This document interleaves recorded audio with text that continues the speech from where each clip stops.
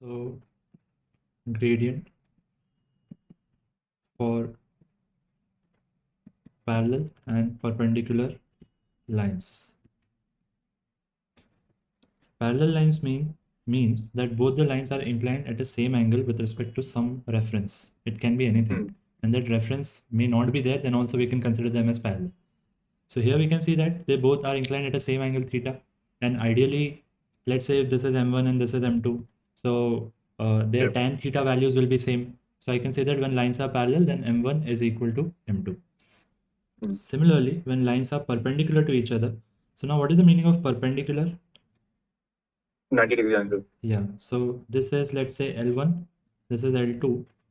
So it is at a 90-degree angle then with L1. Okay, so this is M1 and this is M2. M1, M2 will be equal to -1 for a perpendicular line.